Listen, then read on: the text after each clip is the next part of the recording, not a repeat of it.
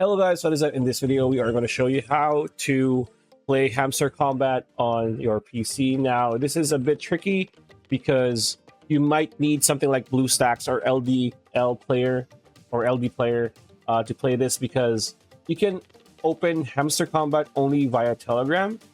So look for Hamster Kombat, right? Like Hamster Kombat, right? And look for the verified one. As you can see, we click on that. And this is what you're going to see. So when you do Hamster Kombat, you just type in /start and this will appear. So the first thing you want to do is click on play in one click. You do that, this pop-up will appear, but this will show you a QR code that you need to scan on your mobile device. Now, there might be a way to do this with BlueStacks, but it is a very turnabout way. But that is the only thing you can do when playing Hamster Kombat on your PC. So yeah, that's pretty much it. That's a video. Hope you liked it. Like, comment, share, subscribe, ring that bell icon. See you on the next video.